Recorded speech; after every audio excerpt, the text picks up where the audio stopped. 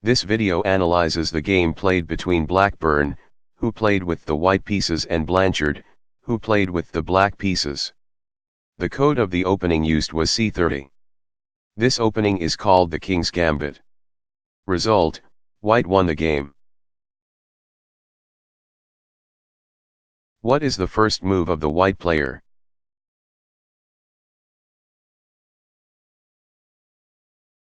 White, pawn moves to e4. Values were constant in many fields of endeavor at the time this game was played. Stories began. Once upon a time, tic-tac-toe players put a cross in the central square. Checker masters started with 11 to 15. Chess masters opened with 1.e4. Despite the researches of the scientists, these remain good beginnings.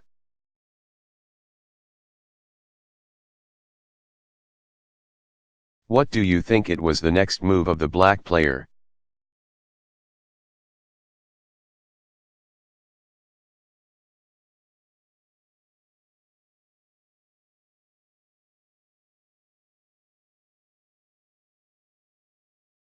Black, pawn moves to e5. Black opens lines for two of his pieces and establishes equilibrium in the center.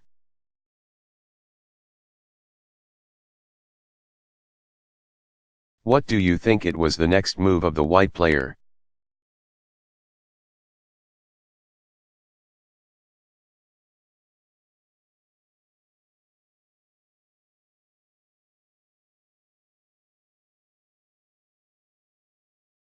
White, pawn moves to f4. This was an inaccuracy. A better move would have been knight moves to f3, an offer of a pawn to induce black to surrender his share of the center. Accepting the gift enables white to continue with 3.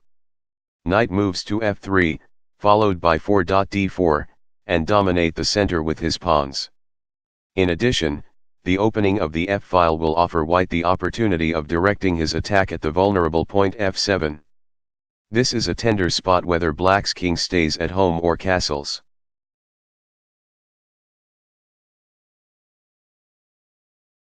What do you think it was the next move of the black player?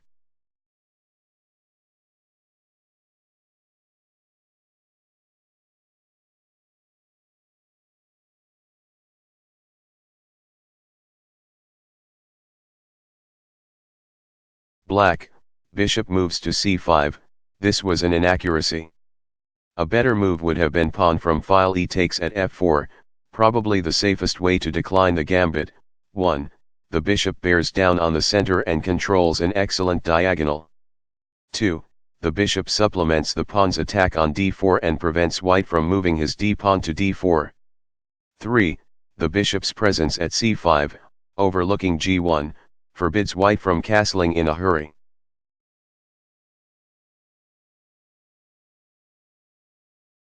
What do you think it was the next move of the white player?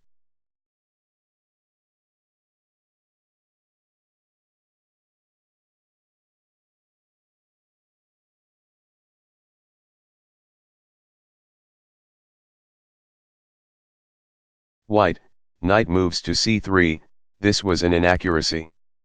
A better move would have been knight moves to f3. White avoids 3. Pawn from file f takes at e5 because the reply, coming like a shot, probably. 3. Black queen moves to h4, check. 4.g3, even worse is 4. King moves to e2. Queen takes at e4, checkmate. 4. Black queen takes at e4, check. Wins a rook for black. White's actual move is not as energetic as 3. Knight moves to f3, but in playing 3. Knight moves to c3. Blackburn was trying to lure his opponent into playing 3. Black bishop takes at g1 4. Rook takes at g1. Queen moves to h4, check. 5.g3. Queen takes at h2, when 6. Rook moves to g2 followed by 7. Pawn from file f takes at e5 gives white a fine game.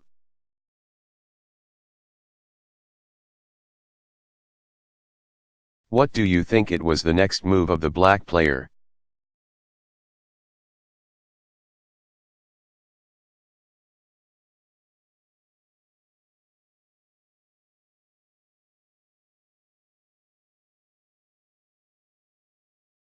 Black, knight moves to c6, this was an inaccuracy. A better move would have been pawn moves to d6, a simple retort to the dubious invitation. Black continues mustering his forces on the field of action. In the light for control of the center, his knight does its share by exerting pressure on the squares e5 and d4.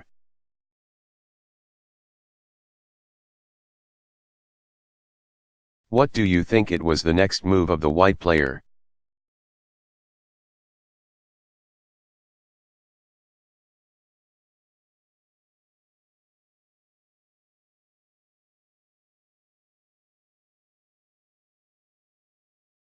White, knight moves to f3. Did white miss a chance to win material by 4? Pawn from file f takes at e5. Knight takes at e5. 5.d4? No, because 4. Pawn from file f takes at e5 is met by 4 black d6, whereby black oilers a pawn for the sake of securing a tree, easy development. The text move puts an end to the possibility of being bothered by a queen check and revives the threat of winning the e-pawn.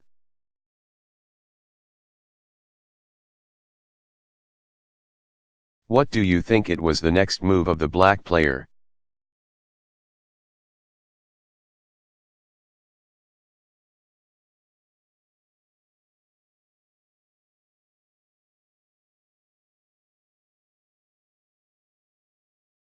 Black, pawn from file e takes at f4. This is a poor move on at least 4 counts.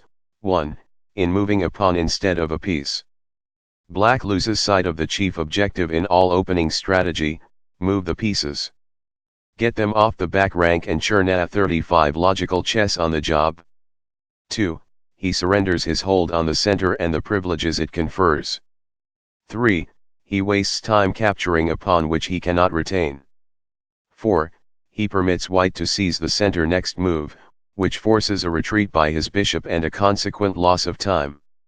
Tarrasch considered a move such as the one just made by black a worse offense than an outright blunder, such as leaving a piece and prize. Instead of this, black might better have played 4 black d6, which holds everything and lets the c8 bishop see daylight.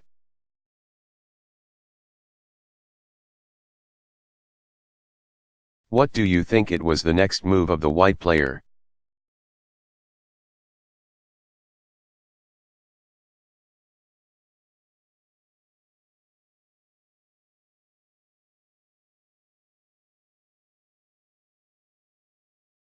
White, pawn moves to d4, this was a mistake. A better move would have been bishop moves to c4, of course. No player should take more than half a second to see the power of this pawn push. The pawn seizes control of a good bit of the center, occupying d4 and attacking 2 other important squares, dislodges the bishop from its strong position, and uncovers an attack by his own c1 bishop on the f4 pawn.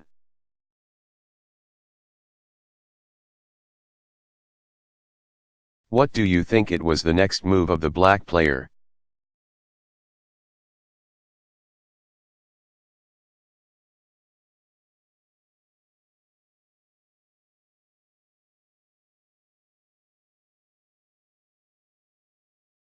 Black, bishop moves to b4, this was a mistake. A better move would have been knight takes at d4, it would have been sounder strategy to retreat to e7 instead, where the bishop is invaluable for defense.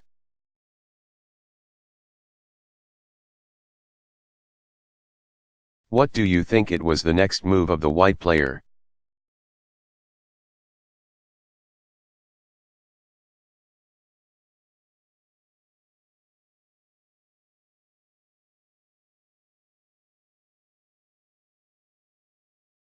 White, bishop takes at f4, this was an inaccuracy. A better move would have been bishop moves to d3, white gains a tempo with this capture, as he recovers the lost pawn and develops a piece at the same time.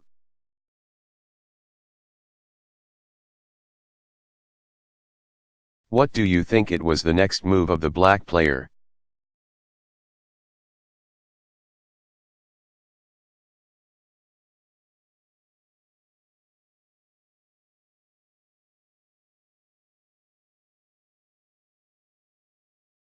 Black, pawn moves to d5, this was an inaccuracy.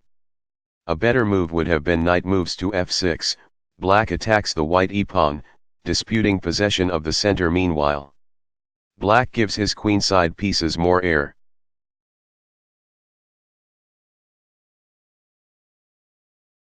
What do you think it was the next move of the white player?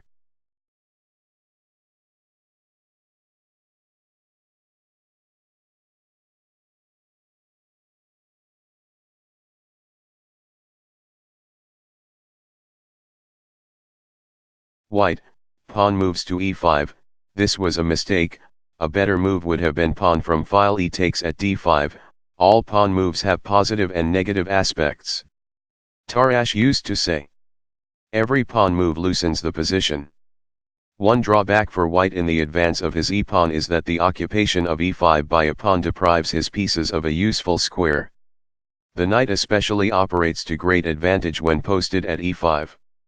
In compensation, the pawn exercises a cramping effect on black's entire position and imposes particular restraint on black's king's knight, which cannot develop naturally at f6.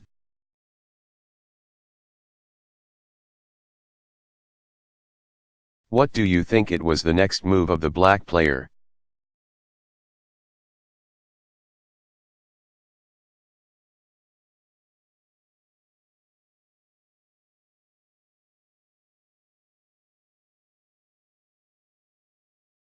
Black, bishop takes at c3 check.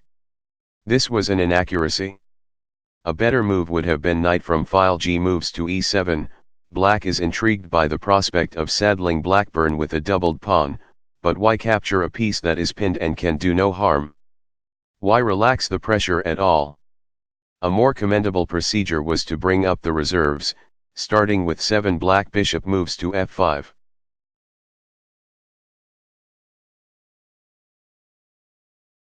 What do you think it was the next move of the white player?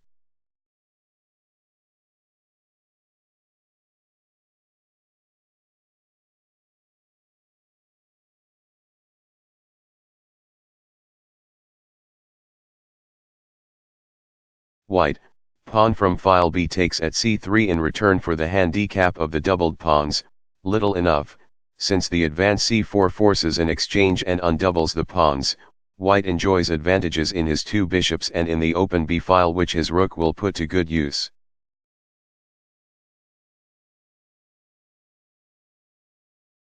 What do you think it was the next move of the black player?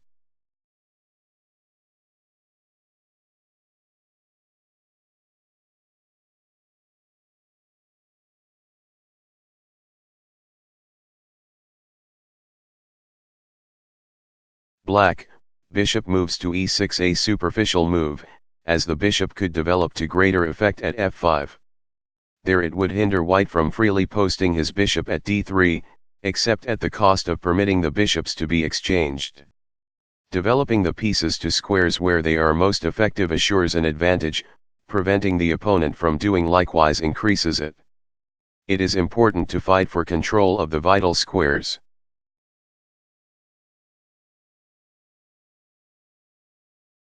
What do you think it was the next move of the white player?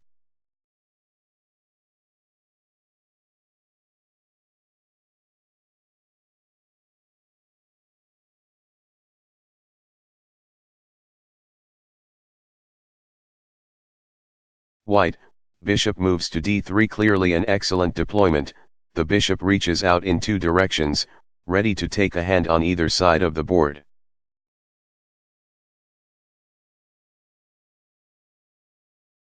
What do you think it was the next move of the black player?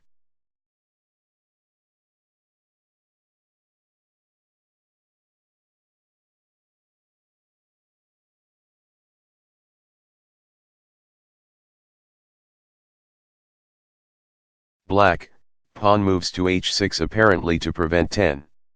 Knight moves to g5 or 10. Bishop moves to g5. White, who is interested only in completing his development, has not the slightest intention of making either of these moves. The move black h6 by black, or h3 by white, should be played only if the h-pawn is to form a base for an attack by pawns, i.e. if it supports an advance by the g-pawn. Defensively, the move does more harm than good, as it loosens the pawn structure and weakens its resistance to attack. It is especially dangerous if the king has castled on the king's side, as the pawn itself, standing out from the ranks, provides a convenient target. Also, as if the foregoing were not enough, it does nothing to further the cause of development and wastes time which should be devoted to the liberation of pieces which are still shut in.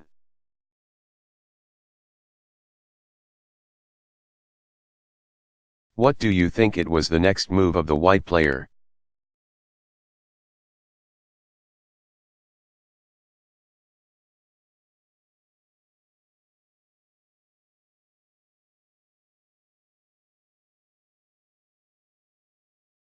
White, castles on the king's side.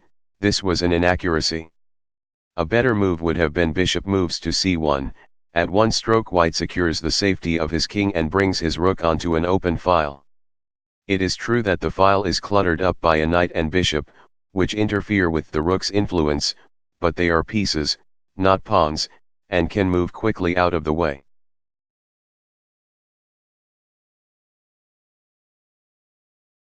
What do you think it was the next move of the black player?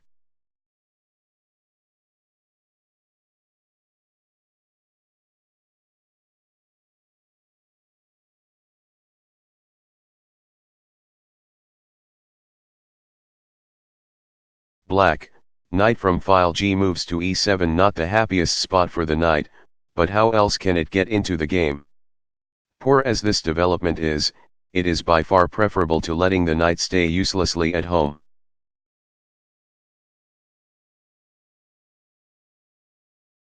What do you think it was the next move of the white player?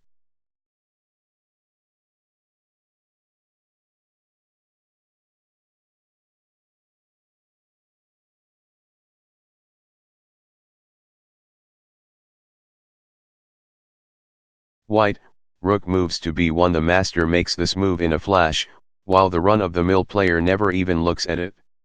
What is the rook's future on this file? It attacks a pawn, but the pawn is easily protected. Why not try for a kingside attack, instead of this futile demonstration? The answer lies in this: the master's instinct, or perhaps his knowledge or experience, tells him that he must seize any files that are open, control them at once with his rooks or his queen.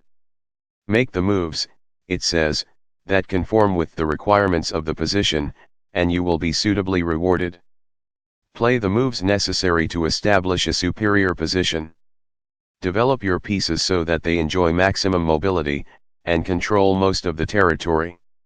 Direct your efforts to weakening the enemy position, cramping the movements of his pieces, and reducing the capacity of his resistance before you make the first move of a combination. When the time is ripe, the attack will play itself. The decisive combination will stare you in the face.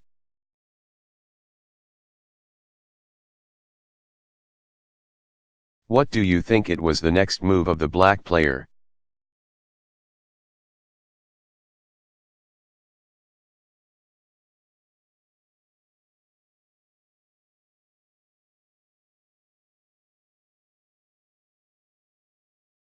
Black, pawn moves to b6. This too is a move that distinguishes the master from the amateur.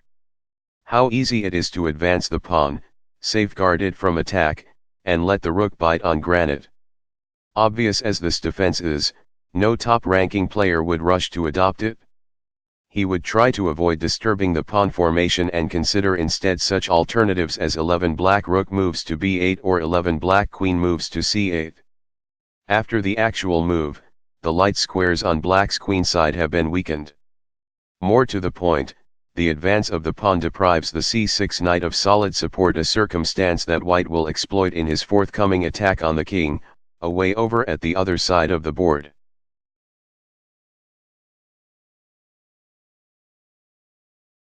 What do you think it was the next move of the white player?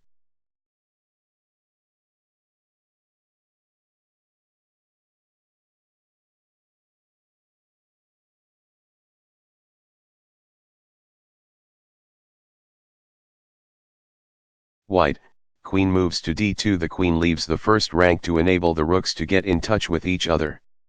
They may wish to increase the pressure on an open file by doubling on it, or otherwise work in concert. The full meaning of white's queen move might easily be overlooked by an opponent who makes plausible but superficial replies. Chess must not be played mechanically, even in the simplest, most placid positions.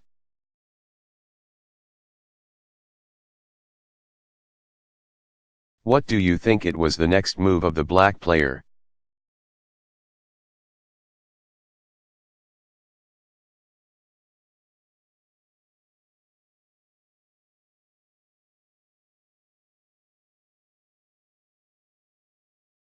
Black, castles on the king's side. This was a blunder. A better move would have been queen moves to d7, walking right into the teeth of the storm.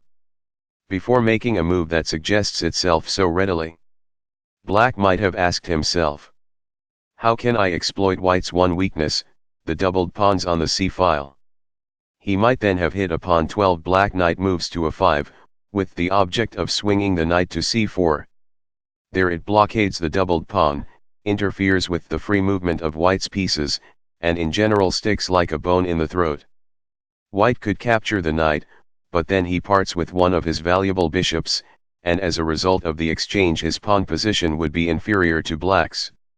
Finally, black could then anchor one of his pieces to great effect on d5, a square from which it could never be evicted by pawns.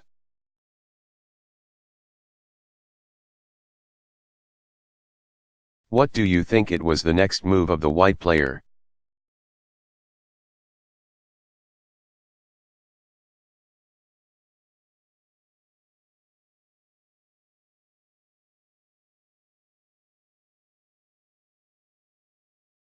White, bishop takes at h6. Blackburn must have snatched this pawn up at lightning speed. At the price of a bishop, he immediately gets 2 pawns as material return, demolishes the barricade of pawns near the king and more, as we shall see.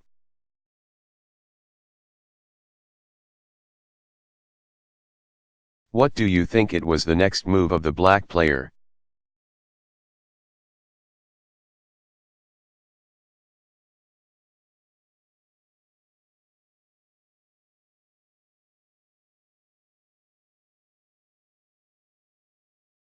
Black, pawn from file g takes at h6, this was a blunder. A better move would have been pawn moves to f5, black must capture the bishop, or be a pawn down without any positional compensation.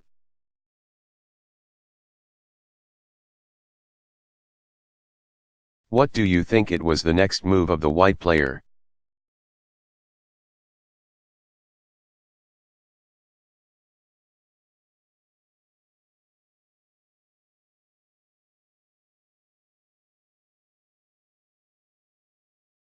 White, queen takes at h6. Let us see what white's return is for the piece that he sacrificed. 1. He has 2 pawns in tangible assets. 2. His queen is powerfully placed in enemy territory threatening mate on the move, in fact. 3. He has ripped away the screen of pawns that sheltered black's king. 4. He has a strong attack in prospect, starting with 15. Knight moves to g5. 5. If more help is needed, he can call up the reserves. After 15 knight moves to g5, by 16. Rook moves to f3, followed by 17. Rook moves to g3.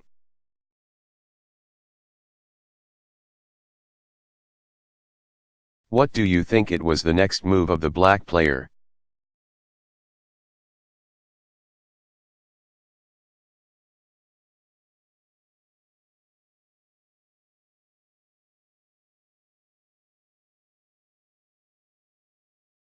Black, knight moves to g6, this was a mistake.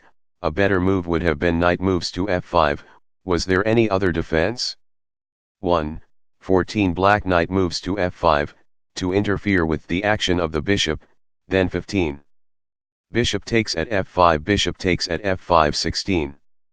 Queen takes at c6 picks up the unprotected knight on the queen's side, a consequence of black's instinctive advance of his b-pawn at his 11th move. 2. 14 Black bishop moves to f5 15. Bishop takes at f5, knight takes at f5 16. Queen takes at c6, and again white scoops up the unfortunate knight. 3, 14 Black f5 leaves black's bishop and prize. White would capture it following Tartakower's excellent advice, take it first and philosophize afterward.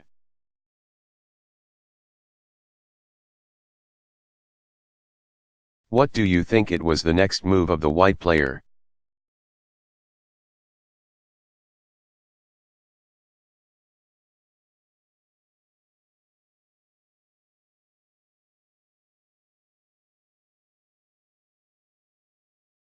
White, knight moves to g5 again, threatening mate at h7. This is speedier than the brutal alternative 15. Bishop takes at g6, pawn from file f takes at g6 16. Queen takes at g6, check. Followed by 17. Queen takes at e6, which wins material, and eventually the game.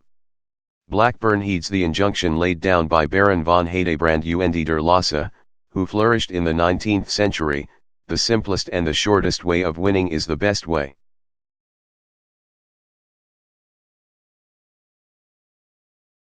What do you think it was the next move of the black player?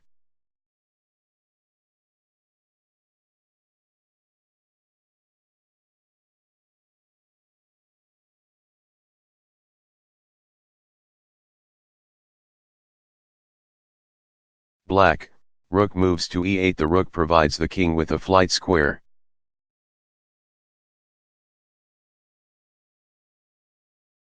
What do you think it was the next move of the white player?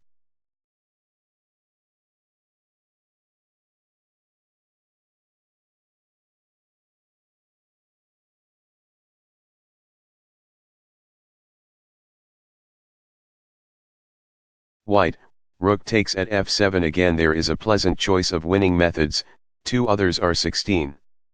Bishop takes at g6 and if 16. Black pawn from file f takes at g6, then 17. Queen moves to h7, checkmate. And 16. Knight moves to h7, followed by 17. Knight moves to f6, check. And a quick mate. The move actually made nails down the king and renews the threat of mate on the move.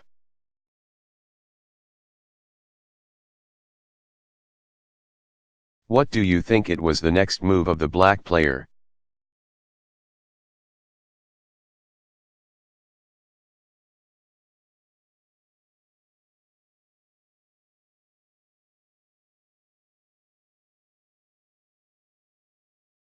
Black, bishop takes at f7 forced, if black wants to avoid resigning.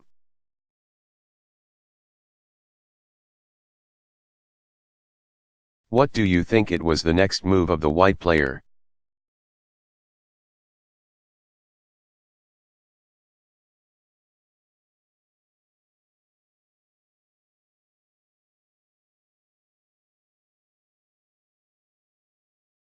White, queen moves to h7 check, nudging the king into a fatal situation.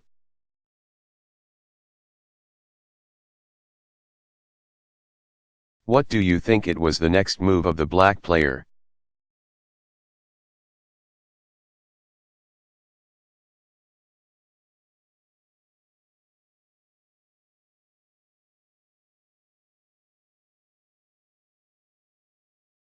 Black, king moves to f8, the only move.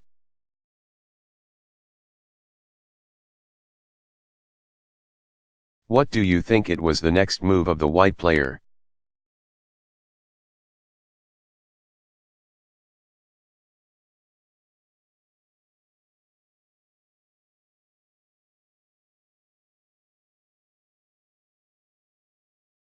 White, queen takes at f7 checkmate. The danger in playing plausible but perfunctory chess is finely illustrated in this game. Blackburn, who played this and 7 other games simultaneously while blindfolded, relied on order and method to achieve victory. It proved easily superior to the move-to-move groping of his sighted opponent.